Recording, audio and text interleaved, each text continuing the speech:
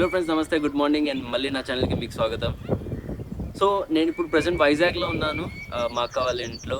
And రీసెంట్గా మీరు videos చూస్తున్నారు. వైజాగ్లో ఉన్న టూరిస్ట్ ప్లేసెస్ ఏదైనా ఉంటే అక్కడ నేను తిరుగుతున్నా. ఫర్ ఎగ్జాంపుల్ కైలాసగిరి వెళ్ళా, భీమిలి బీచ్ వెళ్ళా. ఇలాంటి ప్లేసెస్ నేను తిరుగుతూనే ఉన్నాను. చుట్టుపక్కల ఇంకా ఏదైనా ఉంటే నేను తిరిగానని ప్లాన్స్ కూడా చేశాను. I just wanna go out and walk with you. Baby, you know I just like to talk with you. You don't have to tell me anything that's new. I just wanna go out and walk with you.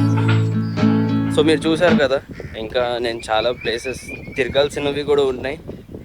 ఈ places అనే కాదు, ఇంకా నేను plans కూడా చేశాను ఎక్కడెక్కడో వెళ్దామని. For example like Araku వెళ్దాం, లేదంటే ఇంకా వేరే బీచ్ ఏరియాస్ ఉన్నాయి. ఋషికొండలో టీటీడీ టెంపుల్ ఉంది, అది కూడా ఎక్స్ప్లోర్ చేద్దామని కొన్ని లిస్ట్ పెట్టుకున్నాను. అది అన్ని లిస్ట్ మనం తిరుగుదాం అనుకున్న ప్లాన్ చేసాం. బట్ అన్ఫార్చునేట్గా నిన్న రాత్రి సడన్గా ఒక కాల్ వచ్చింది మా అన్నయ్యది. అండ్ దాని తర్వాత ఒక బ్యాడ్ న్యూస్ వచ్చింది.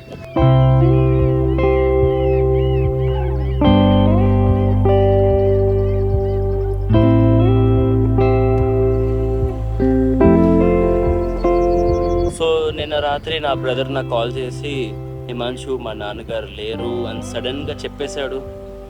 అన్ఎక్స్పెక్టెడ్ సిచ్యువేషన్లో ఇంకా అన్ఎక్స్పెక్టెడ్గా నేను ఇప్పుడు విశాఖపట్నం వదిలేసి వెళ్ళాల్సిన పరిస్థితి వచ్చేసింది.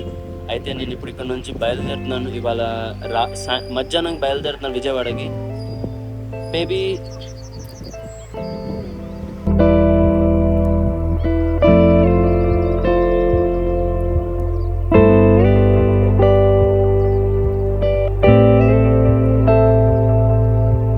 యాక్చువల్లీ అంకల్ని నేనే జస్ట్ ఒక 15 రోజుల క్రితం నేను కలిశాను.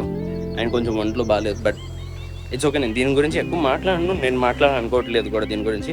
ఇట్స్ జస్ట్ ఒక ఇన్ఫర్మేషన్ మీకు చెప్తున్నాను. అది ఎందుకంటే నేను ఇంకో నెక్స్ట్ ఒక 2-3 రోజులు అనుకోండి, ఒక 2-3 డేస్ నేను ఏ వీడియో వేయకపోతే నాది కొంచెం ఫ్యామిలీ జరుగుతుంది. సో నేను యాక్టివ్ ఉండను యూట్యూబ్లో.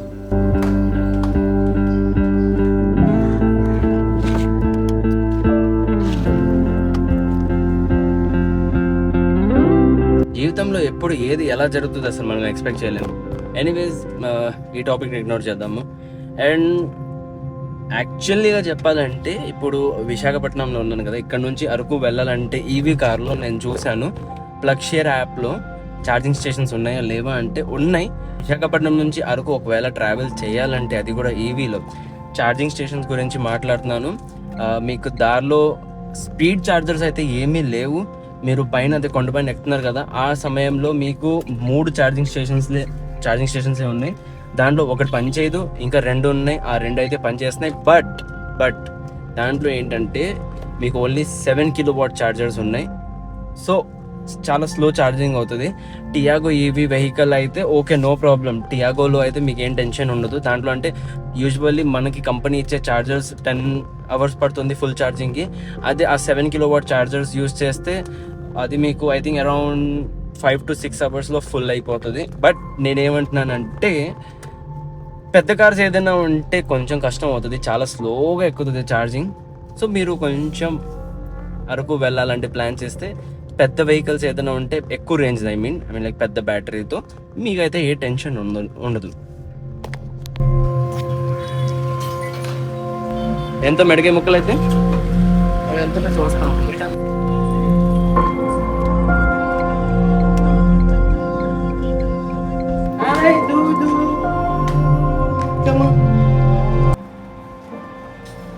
రీసెంట్గా మీరు చూసారు కదా, నేను చాలా వరకు ట్రావెలింగ్ చేసి మంచి వీడియోస్ చేశానని. బట్ అది కూడా ఏంటి, ఈవీలో ట్రావెల్ చేస్తున్నా, టాటా టియాగో ఈవీలో. అయితే నేను కొన్ని రోజుల నుంచి యాక్చువల్లీ నాకు మైండ్లో ఇది ఒక స్ట్రైక్ అవుతుంది. అదేంటంటే ఈవీలో ట్రావెల్ చేస్తున్నాను కదా, ఇండియాలో ఎందుకు అంటే నార్త్ వెళ్ళొచ్చా, సౌత్ తిరిగా, మధ్యలో కొంచెం తిరిగేశాను.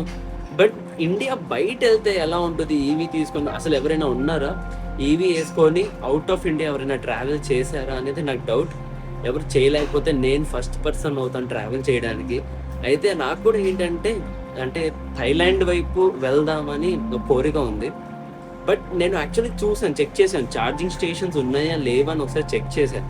అయితే నేను యాక్చువల్లీ చెక్ చేసా, ఇండియా నుంచి అంటే విజయవాడ నుంచి థైలాండ్ వైపు, అంటే థైలాండ్ కాదు దాని బిఫోర్ ఇంకా కొన్ని ఊర్లు ఉన్నాయి. బట్ ఏంటంటే అవుట్ ఆఫ్ ఇండియా ఒక్కసారి కార్ని వేసుకెళ్ళాలి, అది కూడా ఏంటి టియాగో ఈవీ.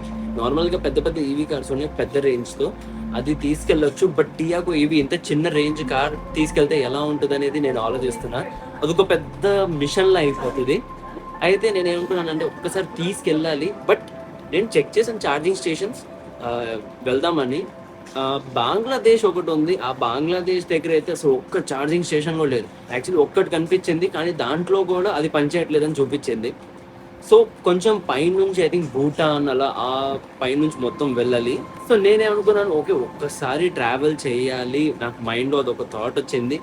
మీరు నాకు కింద కమెంట్స్లో చెప్పండి ఈ ఐడియా మీకు ఎలా అనిపిస్తుంది. ఒకవేళ నేను టాటా టియాగో ఈవీ ఇండియా బయట తీసుకెళ్తే ఎలా ఉంటుంది, ఆ ఎక్స్పీరియన్స్ ఎలా ఉంటుంది, నేను ట్రావెల్ చేయాలా వద్దా, మీ అభిప్రాయం ఏంటి దీని గురించి, నేను చెప్పిన ఐడియా గురించి నాకు కింద కమెంట్ చేసి చెప్పండి ఒకసారి గైస్.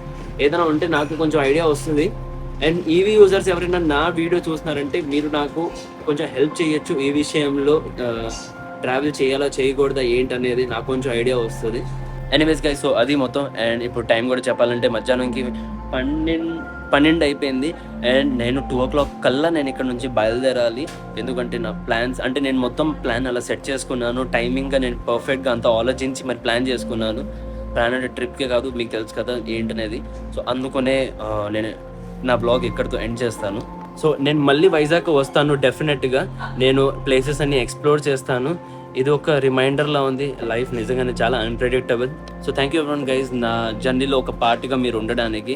లైఫ్లో అయితే మనము హ్యాపీ మూమెంట్స్ని షేర్ చేస్తాము, కానీ కొన్ని సాడ్ మూమెంట్స్ని మనం సపోర్ట్తో పాస్ చేయాలి. సో నేను మళ్ళీ నెక్స్ట్ బ్లాగ్తో వస్తాను ఒక స్మైల్తో.